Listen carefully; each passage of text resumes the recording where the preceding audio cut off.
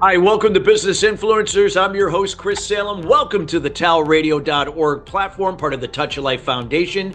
Hope you are enjoying many of the great podcasts and episodes that we have here on the TALRadio catalog here across many different content areas. Again, we've been with Business Influencers now going over 4 years. It's hard to believe where has the time gone. We've had well over close to 250 episodes with business influencers, bringing in subject matter experts to share their words of wisdom and insights to help elevate you and your business's level of influence to the next level.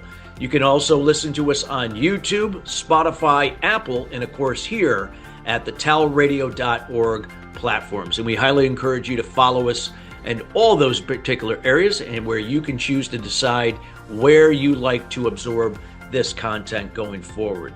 We are excited for any new listeners as well. Welcome if this is your first time. Again, we are a weekly show that airs each and every week for a half an hour. We have a video portion on YouTube and, of course, our audio portion here at the TALRadio.org, Spotify, and Apple channels. So feel free, again, as I mentioned, to follow us there.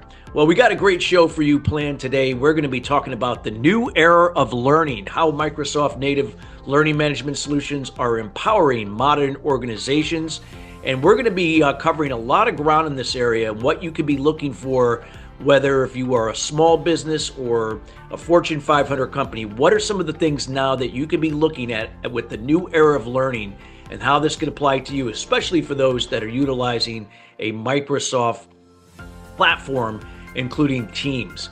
Well, we got the right individual here that is going to be sharing a lot of valuable insights. We're going to be here with Nicholas Hayduk. He's the founder of Engineer Code and a 7-time Microsoft Business Applications MVP with over 15 years experience designing tailored software solutions to help organizations get more from their Microsoft Power Platform.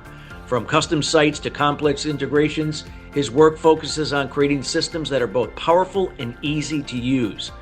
Now, Engineer Code, they provide consulting services that help organizations design, build, and support solutions on Power Pages, Dynamics 365, Power Apps, and Power Automate. Now, whether you need a full implementation, targeted expertise, or mentoring for your in-house team.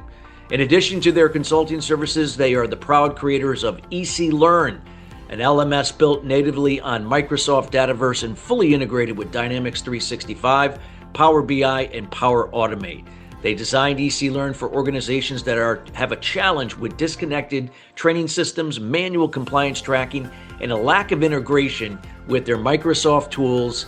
And with ecLearn, training certifications and learning analytics all happen inside your Microsoft environment, no extra systems, and no manual workarounds. And without further ado, we welcome Nicholas Hayduk to the show. Nicholas, how you doing today? I'm doing pretty great, Chris. Thanks so much for having me today. Thank you. It is a pleasure to have you here. And we are so excited to talk about the new era of learning. And so I guess what we would like to start off with is, what is the new era of learning? What is this concept, especially when we are now talking to, organizations that utilize Microsoft as their platform in terms of how they operate and do their business each day?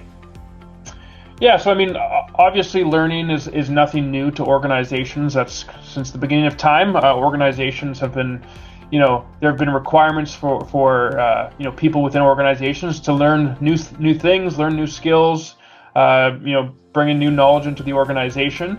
But what we see historically is that most of those organizations, when they brought in tools that were essentially separate from the rest of the way that they did business. They were bringing in technology that was specifically, designed for learning, but didn't necessarily integrate with the rest of the way that their business operates.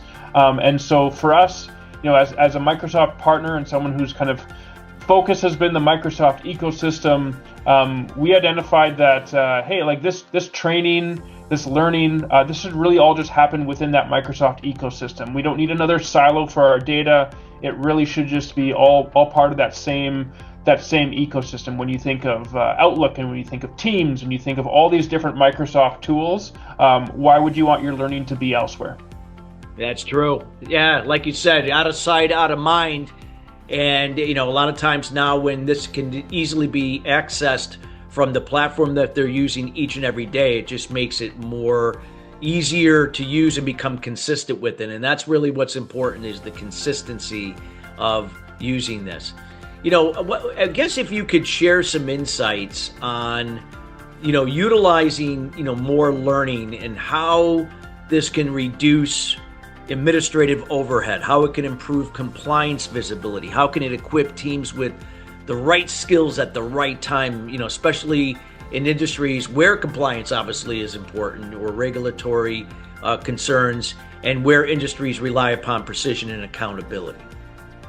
Yeah, when organizations first kind of, embark on, a big training initiative, getting that buy-in from the people who have to take the training, whether it's kind of internal employees or external partners, volunteers, whatever those external stakeholders are that need to take the training, trying to get their buy-in, it can be challenging. So we've always felt that one of the best ways to accomplish that is to put the training where they already are. Don't make them learn a new system. Don't make them learn a new interface. Give them the training where they're already comfortable. So we thought that was a critical piece to the value that our software provides, is that they're working in Teams, they're working in Power Platform, they're working out in Outlook already. So let's give them that training right there. Let's not force them to go to a different system. Yeah, absolutely, so true. And I hope everybody watching can agree with that, and how this can now help you to be more consistent and really, allow you now to ease in and utilize these tools and data to your advantage. I did talk about if people aren't using integrated systems here, Nicholas, if they're not using it, let's say they're using something else, maybe they have something with their training on a completely different platform. Will this have an impact possibly on their operational costs with this non-integration? Yeah, I think there's just so many opportunities that you'd be missing out on for kind of optimizing and kind of integrating all that data together. The types of decisions that you can make, I'm not sure if you've heard, but I think this AI thing is kind of taking off, and so the AI is really only as good as the data that you feed to it, right? So if you have data in all these different places, it just makes it that much more difficult to combine it to get those insights that these new tools are capable of providing you. And so specifically, Microsoft would be one of those leaders in the AI space. And so by having the data, so with our system, all of the data that we have about who's taking what course, what was their mark, when are they due to take the next course, all of that data is in the same system as other types of business data. What are their opportunities? What are the sales cases? All those types of things. It's all in one system. So the insights that you can gain by having all that data together is really quite valuable. That's so true. Hope everybody is taking notes, because this is really important information, whether, again, if you are a business owner or you're a business leader, working for a mid-size to a Fortune 500 company. These are, valuable insights here that can be very, very important. Going back to what we talked about a little bit earlier about, organizations where there's, they're heavily into compliance. They have to obviously meet compliance. There might be certain things on certifications that have to be upheld on an individual team level, even organizational level. And again, being not just ready, but being truly ready. The workforce has to really adopt these principles. Talk about, again, the why for leaders, why having this new era of learning is critical to bring cohesion in those areas. Yeah, in those heavily regulated industries, healthcare, energy, those are the types of places where, these types of trainings are not, they are not a nice to have, they are a must have. And so, it is really critical that not only are the employees doing the training, but it's also critical that you are tracking that training, right? It doesn't really matter if they took the training if they don't have the certificate that goes along with it, right? And so that's what that's one of the things that we really like about our platform, is that that's all integrated within that Microsoft Power Platform. We have the tools to allow you to do things like, validate that training occurred, remind you when that training is supposed to happen again, run the reports that you need, all using the kind of the technologies that your IT team is already familiar with. When I first kind of got started when I was kind of starting my first business, the one thing I learned very quickly was that while everyone thinks that the way that they do business is the best, the most optimal way, even within the same industry, everyone just has their own kind of unique little way of doing things. So coming up with a system that, one size fits all is really, really challenging, I found. And so that's why the way that we've kind of built our tool is, we give you the foundation, but then Microsoft has the tools to let you customize that specifically for how you want to do that. So do you want a reminder about certifications 25 days before they expire, 15 days? We're not going to hard code. We're not going to kind of box you into like, hey, this is the way that these people that we chatted with wanted it done, so we built it that way. We give you that flexibility to really kind of customize it for your specific industry, whatever the regulatory requirements are. We let you customize a system to meet those. Great, because again, sometimes those cookie cutter processes, while they can be similar, don't always work the same for everybody involved. So that customization feature is so important. Yeah, I love that. And if we're now looking at this a little bit later, like in terms of scaling training across global, hybrid, and field-based teams, you talked a little bit earlier about how disjointed non-integrated systems can be there. Share again, what you've already elaborated on, and where Microsoft Native Learning can really now tie everything together there as well, and that including with their partners and their customers. Yeah.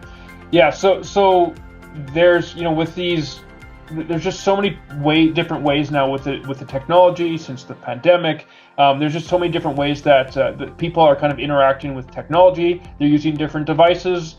Some people work from home, some people work from the office, some people work in the field, and so. Microsoft has really been kind of at the forefront of making sure that all these different, types of work streams are supported across their ecosystem. And so we're able to thankfully just kind of piggyback off of that, right? That, Microsoft has made it so that you can access this on a mobile device. You can access this on a laptop or a tablet or a desktop. So all these different,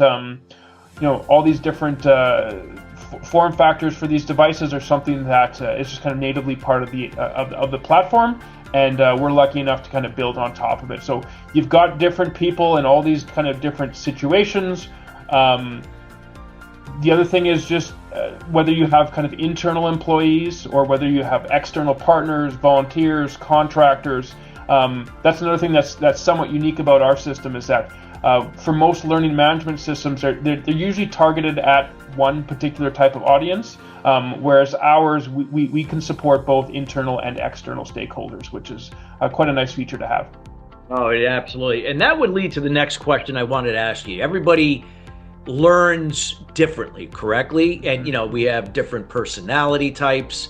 Some are task-oriented, some are people-centric. You have different generational types and how they process information, even cultural and ethnic types, how they do the same.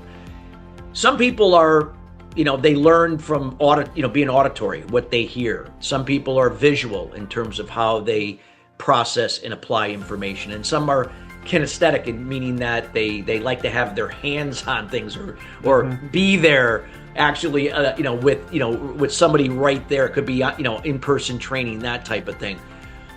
Share a little bit about how, again, this integration with the Microsoft Native really can be customized to all those areas.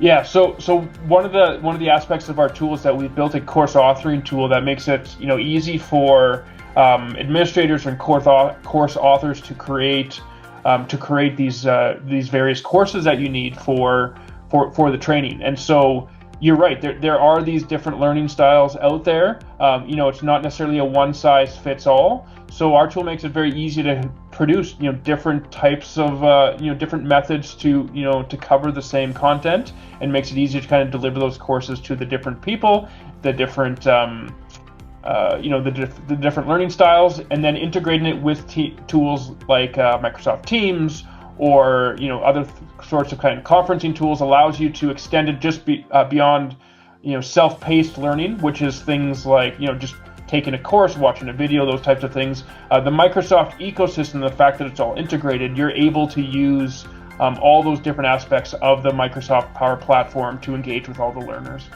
And like I said, when you're able to align to those three areas, just even three areas, like what you hear, visual, hands-on, that type of thing, I would think that now that would lower the room for assumption and speculation and a lack of accountability, because now you're able to now choose or adopt a way that best suits you in terms of how you could learn and apply it, and then how you're able to process that information and how it's communicated to you, and actually learn and apply how to use it. So if you could elaborate on that, I think that would be highly valuable here for the listening audience. Yeah, I mean, the reality is that there's few people that love to have more training, right? It's often it's often seen at least at the outset as somewhat of a burden. It's a chore that they have to do to that their boss is telling them they have to do. So the more you can tailor it to their specific needs, having tailored courses, not just based on learning styles, but based on sometimes there's content that's only really kind of specifically relevant to certain groups. So the ability to have these very tailored specific courses to kind of make the most of their time. If you show an employee that, hey, we've spent the time to make this as valuable and as kind of action-packed for you specifically as possible, it's more likely to lead to buy-in. So certainly as part of starting one of these training programs for an organization, getting the buy-in from the learners is super important, and the more, again, you can do that in an environment where they're comfortable and show them why this is good for them. It's not just because the company wants it. You got to show them why there's benefit to them. What I love what you said about buy-in, and getting buy-in, you have to build rapport and trust, and it sounds like that when it's integrated into a system that they're already familiar with using, or even before they even were with this company, they might have used Microsoft somewhere else. It allows that cohesion. It gives them that confidence that they can now learn and apply and not feel overwhelmed or feel like they don't know what they're doing. And I guess that would have a tremendous impact on other things that are important to an organization, like KPIs, like retention, raising the retention, retaining talent, getting more productivity and efficiency out of each employee and at a team level. Any insights to that, would be quite valuable. Yeah, and again, this is where having all of that data in the same place is really so valuable. So, as an example, again, the kind of one of the more traditional use cases for the database system that we built on top of is for customer service. So you could have you're tracking support cases. Someone calls in and says, "Hey, my thing is broken. Can you help me fix it?" And then you can start doing things like tracking, like, "Hey, how long did it take for this particular case to be closed?" And because the data about which employee helped them with that case is in the system, and because the training about potentially what the issue was is also in the system, you can start running KPIs about, hey, when the people took this particular course, we saw the length of time it took to complete to close this case was drastically reduced. You can start to show that relationship between the value that you're getting out of the training, and you can start to see that you can actually have some real numbers behind that. And that really is a great example of why it's so important that this data is all in the same place. It's because traditionally that data about who took what course is in some other system, and good luck trying to figure out, kind of match up, who took what and how did it help them improve. Yeah. Anecdotally, maybe I remember I took that course. Oh yes, that was maybe good. Now the insights you can get out of these new AI tools when all that data is in one place. It's just tremendous. Wow, so true. I love it, and what you shared. So if you could maybe share some insights with the audience about, a little bit more into ecLearn, like if you could talk a little bit about maybe an outline in some of the key areas and how that's helping, organizations to a lot of the key points that you covered here today. Yeah. So ecLearn is a learning management system. Learning management systems are the tools that I would suspect most of your listeners out there have used, one before, where they log in. They're presented with, hey, here's the courses that you got to take. You click a button, you open up that course, and you kind of walk through, whether it's a video or a PowerPoint type slides, if you walk through the course content. Maybe there's a little kind of knowledge test at the end, some sort of quiz, and it keeps track of, hey, you've made it this way far through the course. At the end, it kind of issues you a certificate saying you've completed the course. ecLearn is a system that does that. But what's critical about it is that all that data about who's doing what, when, all of that is stored within that Microsoft ecosystem. The other thing that we offer is the course authoring tool. So the ability to actually create that content directly within our tool and kind of distribute it to those learners. And then, as I mentioned before, another thing that makes us somewhat unique is the fact that we have a way of distributing that not only to internal users, so employees, but we also have ways of distributing that course content to external learners. So whether that's volunteers for a nonprofit or whether that's distributors for a wholesale company, there's ways of kind of distributing that content. And we found traditionally in the marketplace, a learning management system is often either targeted as external people or internal. And what we've done is we've tried to cover both of those all in one system. Wow, that's great. It makes it much more flexible, especially in the type of environments we've been in, especially since COVID, right? With a lot of remote people. And then of course there could be joint alliance partners and channel partners, that type of thing that you talked about. And that is so important. And again, it sounds like this, from what, I've heard from you today, Nicholas, that it really enhances the communication process tremendously, like we talked about, and how they process information. And when you have effective communication, there's less assumption and speculation. Mm-hmm. People are more likely to be accountable, follow through, and things get done. Less expectations fall through the cracks. Yeah, I think anyone who's been in business for more than, 10 minutes knows that, what percentage of problems are just come down to miscommunication? It's I would say it's the vast majority, right? So any tools like you can use like this that, just fills in a few of those gaps is gonna, you'll see the ROI for sure. Wow, I love it. As we near the end of the show, I wanted also, is there anything else that we did not cover in this segment that you feel is necessary and to kind of really tie everything together that you shared with our listeners today? Yeah, again, I would just emphasize the importance of having that data all together and not introducing additional silos of data across an organization, and using systems where not only the end users are familiar with how it already works, but using systems where your IT department is already comfortable in those technologies. That's where we think that the value really resides is a lower learning curve, not only for the users but for the administrators who have to monitor the system and install and set it up and maintain it over the years. It's just not having a new different system is just that's where our clients see the value.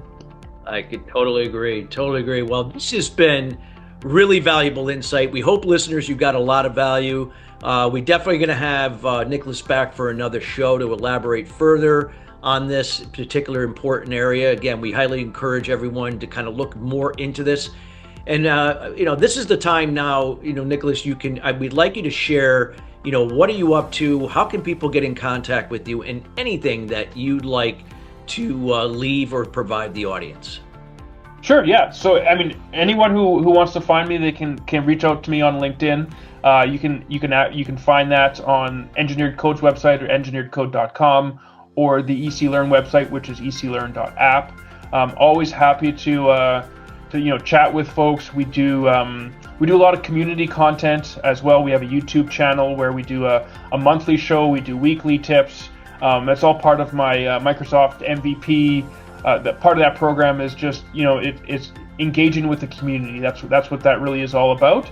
And so I'm whether I'm traveling the world to different conferences, speaking about Power Platform, that sort of thing, or the different social media stuff that we do, the YouTube channel.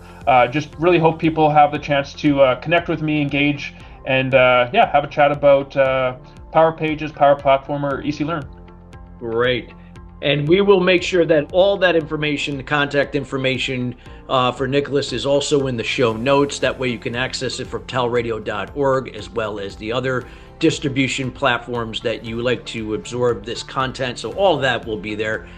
Nicholas, thank you so much again from taking the time, not only for myself, but the rest of the team here with TALRadio and the Touch of Life Foundation.